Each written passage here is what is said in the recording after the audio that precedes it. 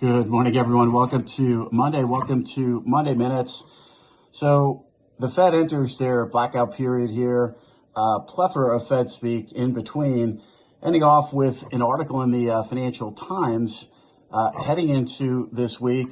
Minneapolis Fed President Neel Kashkari, who interestingly, and he does say this in the Q&A, and it's definitely worth reading if you could find a copy of it, in terms of how at one point he was perhaps one of the more dovish members of the Fed, now shifting his stance to becoming one of the more hawkish Fed members, saying that it's plausible the Fed could be on hold here for an extended period of time.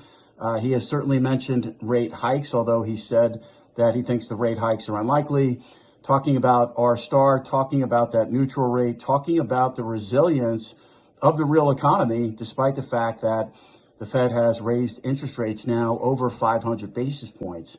You know, if you go back in time, you look at the Fed speak between the last meeting and what will come with next week's June 12th meeting and outcome, which obviously no rate movement expected, but we will get another summary of economic projections, what the Fed pencils in there in terms of projected rate path for the rest of 2024.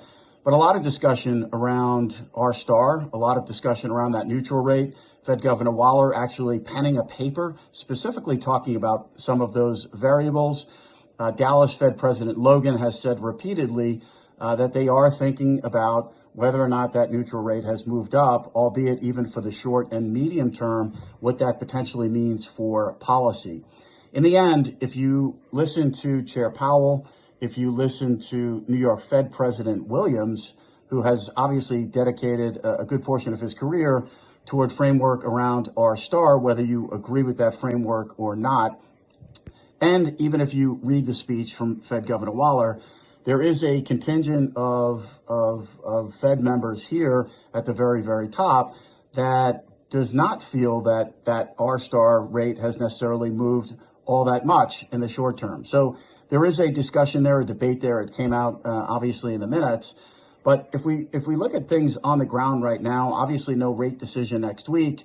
We have 4 meetings left. The ECB likely to begin cutting rates this week. Their economy in a much different position here than the United States.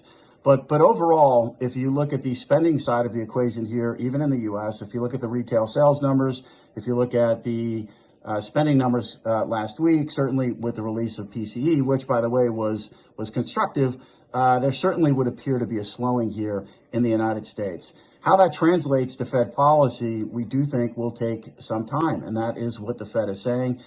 Even if you listen to Minneapolis Fed President Kashkari, he's saying, look, we can't get this wrong, right? And admittedly, the Fed is saying that they did get many of the variables around inflation wrong. If you listen to what Chair Powell has said over time, said that decision to make that first rate cut is very, very important, because the last thing that the Fed wants to do is to start a trajectory in a different direction and then have to reverse course.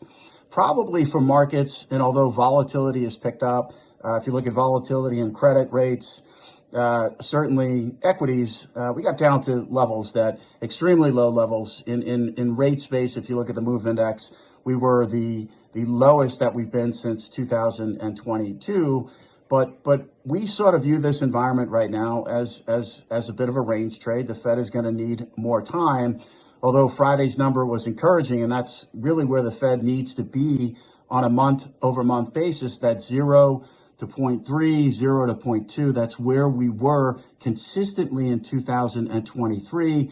That is what began to give Chair Powell the confidence into the pivot of talking about potential rate cuts in late 2023. Obviously, markets completely overreacting, and the Fed chair and the committee needing to dial that back. So to Fed Governor Waller's point, we will need to see more months of data here, which will take us through the summer.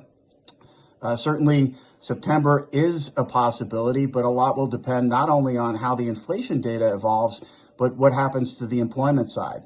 The Fed here in general talking a lot more, in our view, about scenarios, ranges, different outcomes potentially.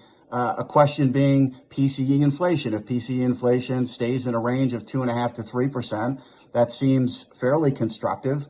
as long as we don't re-accelerate through 3 and head toward 3.5%, potentially 4%. But what does that mean for Fed policy? It likely means the Fed just stays here on hold unless we do start to see significant cracks in the employment side of the equation. So the data clearly critical here. The Fed's going to need more time. When we look at the rate structure, certainly 5% in 2-year yields, that's been a great level for us. We've highlighted that. And then on the long end, we continue to see interest for yield buyers, both in credit and treasury space, on any backup here in treasury yields. In 10-year nominal space, we view that as a range trade. 430 to 470. We kind of did a full circle, inflation print to inflation print, CPI April to May. But certainly even last week, with some of the weakness that we saw in the auctions, we had 3 tails. There was some bearishness within the range, but ultimately we get Friday's data, which takes us right back to our midpoint, which we've been highlighting and stressing to clients, and nominal 10-year yields in and around 450. This week, all eyes on the ECB. Expectations is that they will begin to lower rates here. And then in conjunction with that, 2 very big data points, both ISM numbers, very important numbers. And then obviously the highlight of the week will be this Friday with the employment number. Wishing everyone a great week ahead. I'm Greg Faranello. I'm head of U.S. rates for AmeriVet Securities.